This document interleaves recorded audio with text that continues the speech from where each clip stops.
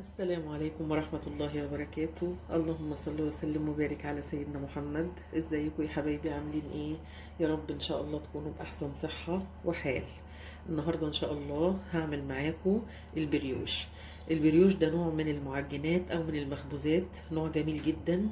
المكونات بتاعته كلها تبقى فوايد، وطبعا احنا في الشتاء بيحب بقى الفرن، تشغلي الفرن وتعملي معجنات وحاجات تدفي البيت وفي نفس الوقت تدي طاقة. فان شاء الله البريوش اللي هنعمله النهارده مع بعض بطريقه حلوه جدا، والنتيجه بتاعته ان شاء الله هتبقى جميله وهيبقى هش وخفيف وتحفه ان شاء الله.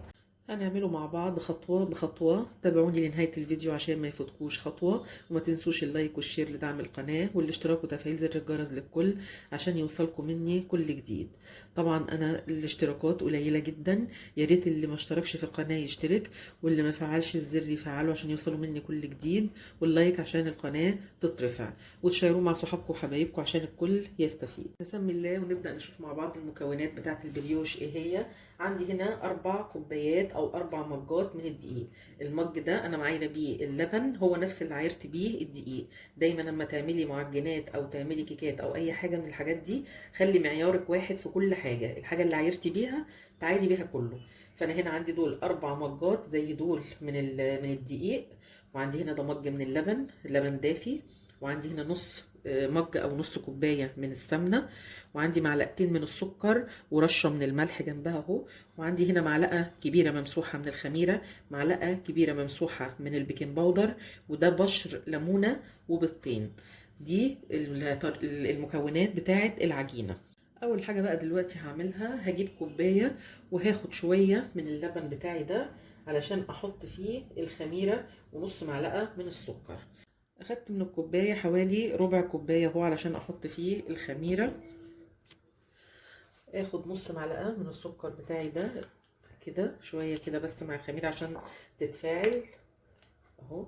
احط معلقه الخميره عليه وندوبهم كويس مع بعض. اللبن معايا بيكون دافي مش سخن، لو حطيتيه سخن هيفسد لك مفعول الخميره. انا قلت الموضوع بتاع الخميره ده كذا مره، لما تيجي تحطيه ما ينفعش تحطيها في لبن سخن او في ميه سخنه، هتفسد لك مفعولها، فلازم يبقى دافي. بعد ما دوبت الخميره بالشكل ده اغطيها واسيبها كده في جنب، وهجيب الدقيق انزل عليه بمعلقه البيكنج باودر والسكر ورشه الملح، وهقلب دول مع بعض كده كويس. طبعا الدقيق بتبقي نخلاه، انا نخلت الاربع كوبايات او الاربع مجات بتوعي دول، نخلتهم الاول وبعدين حطيت عليهم اهو البيكنج باودر والسكر ورشه الملح، وبرده قلبتهم كده مع بعض وهركنهم بقى على جنب. جبت بوله هنزل فيها اول حاجه بالبيض. طبعا البيض بتاعي انا ببقى جايباه من مكان موثوق منه، فبنزل على طول بالبيض كده، بيضتين اهم، وهنزل عليهم بالبشر بتاع الليمونه،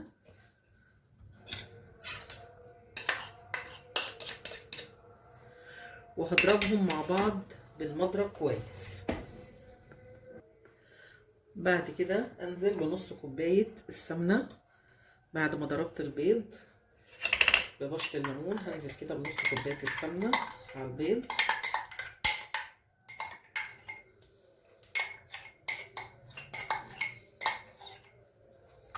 واضربهم برضو مع بعض كويس. بعد كده بعد ما ضربتهم مع بعض هنزل بالخميره عليهم،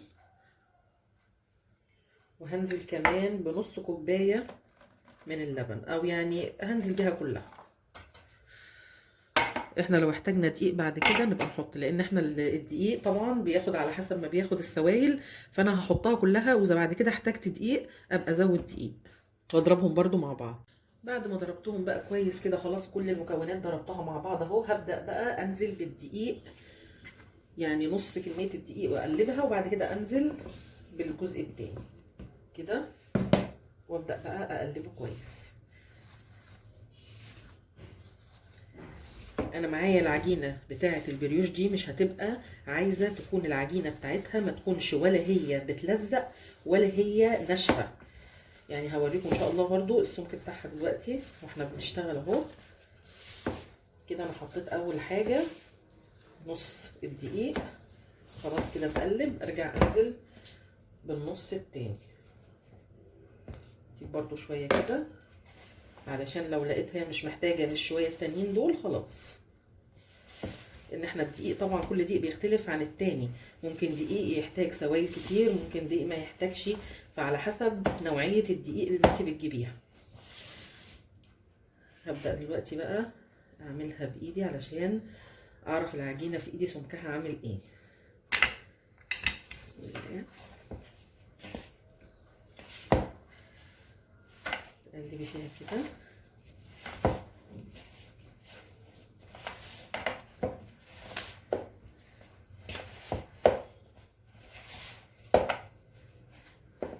اقلب فيها عشان ما اطولش عليكم، وهوريكم السمك بتاعها وهنشوف هتاخد شويه الدقيق التانيين دول ولا هتعمل ايه. بس انا هقلبها الاول كده مع بعض وبعدين اوريها لكم.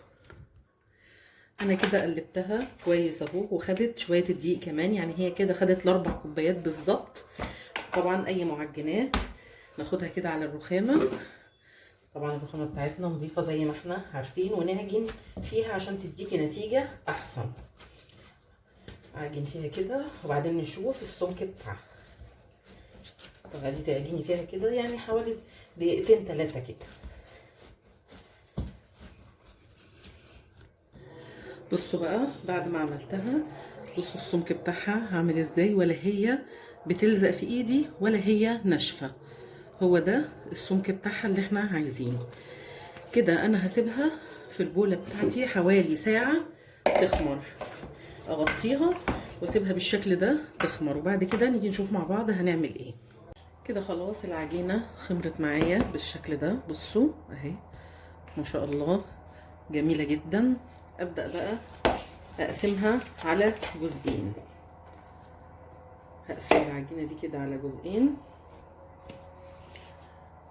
وهاخدها هفردها معايا. بصوا هي مش يعني القوام بتاعها زي ما قلت لكم، تحسي انها يعني طريه كده في ايدي وجميله، ولا هي بتلزق ولا هي ناشفه. هو ده القوام المظبوط بتاعها. وهبدا اجيب النشابه بتاعتي وهفردها مربعه، عايزاها تبقى بشكل مربع معايا، وبرده السمك بتاعها يبقى رقيق. افردي كده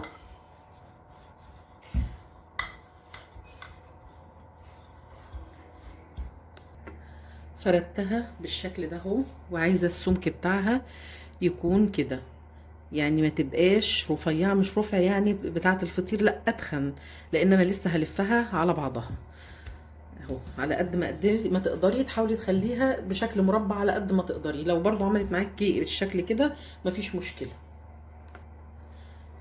نجيب سكينه وهنقطع الحتت دي كده،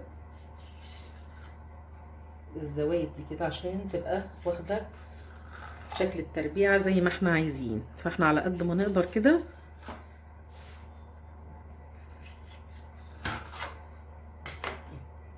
نشيل دول كده خالص. وبعد كده اديتنا برضو الشكل المربع اللي احنا عايزينه. ودي برضو هناخدها نعملها مع العجينه التانية. هاجي هنا بقى واروح عاملاها كلها حتت متساويه بالشكل ده بالطول، كلها تكون حتت متساويه، ما تبقاش حته يعني كبيره وحته صغيره.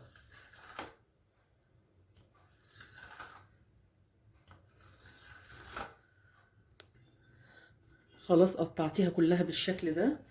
انا بقى عندي زبيب كده هجيبه واحط شويه عندي هنا كده، كام واحده كده بالطول في الوسط، في وسط حته العجينه اللي انا قاطعاها، ما خليهاش تخرج بره عشان ما تتحرقش مني. لو هتحطي حتى واحده واحده كده خلاص. وهتيجي تلفيها بالشكل ده كده، تخلي الحته دي من تحت كده، وتبداي تحطيها في الصينيه كده. نعمل واحده كمان طبعا انت لو عايزه تكبري تكبري براحتك، انما انا هعملها بالسمك ده. ما تخليش بس الزبيب في وسطها كده، تحطي وتوزعيه بالشكل ده وتلفي عليه. الزبيب مع البريوش بيدي طعم جميل جدا كده. وتلفي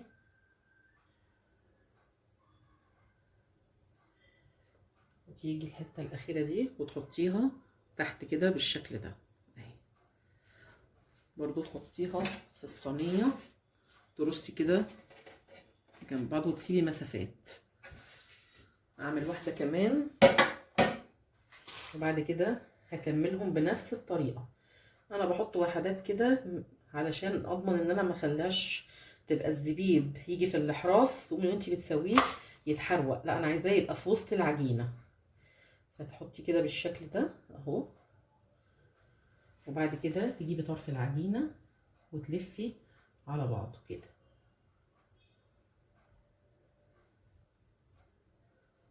واجي في حته العجينه اللي في الاخر عشان اقفل بيها انزلها لتحت كده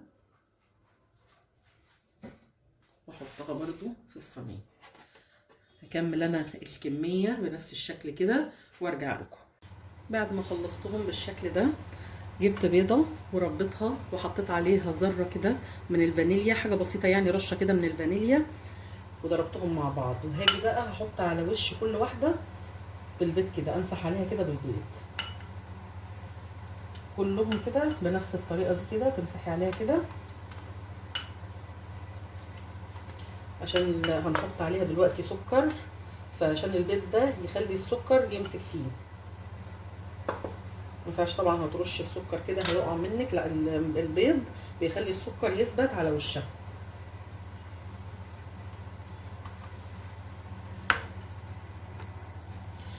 دهنت الصينيتين كده بالبيض زي ما شفنا. هبدا اجيب السكر كده واحط شويه على كل واحده كده من فوق في الوسط كده.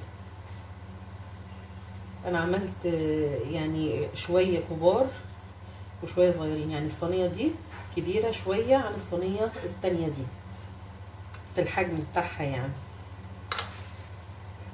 تخلي لو كده تعملي صينيتين مثلا، الصينيه تبقى مقاس صغير لوحده ومقاس كبير لوحده عشان كلها تاخد سوا واحد معاكي في الفرن. ولو عايزه تخليها بقى كلها مقاس واحد ماشي كده. بعد ما خلصت السكر كله على وشها انا مشغله الفرن بقاله حوالي 10 دقايق. هحطه في الرف اللي في الوسط على درجه حراره تقريبا 180 او على حسب بقى انتي عارفه تسويه الفرن بتاعك. انا بحطها يعني في درجه تكون ولا هي عاليه ويعني درجه وسط كده، ما تبقاش عاليه وما تبقاش هاديه علشان ياخد السوا بتاعه مظبوط. دي الصينيه الاولانيه اهي، خرجتها من الفرن لسه خارجه سخنه اهي. هبدا دلوقتي اجيب مربى، اي مربى عندك بقى، مربى تين، مربى مشمش، فراوله، اللي عندك او اللي انت بتفضليه.